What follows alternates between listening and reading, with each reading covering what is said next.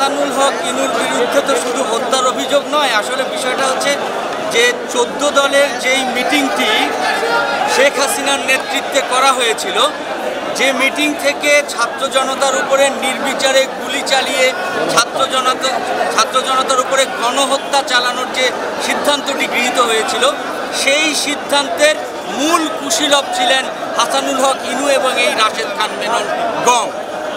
এদের সিদ্ধান্তের প্রেক্ষিতেই পরবর্তীতে ছাত্র জনতার উপরে গণহত্যা চালানোর উদ্দেশ্য প্রণোদিতভাবে নির্বিচারে গুলি চালানো হয়েছিল পুলিশ এবং আওয়ামী লীগের পেটোয়া বাহিনী কর্তৃক।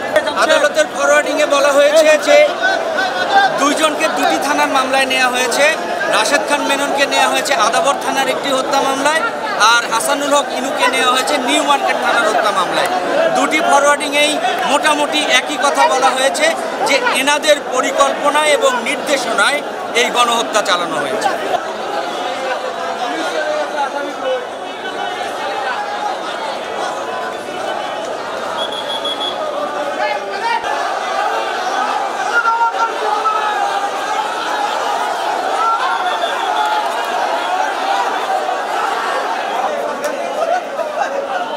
প্রিয় নাম্বার সেট করে বিকাশে সেন্ড মানি করুন ফ্রি।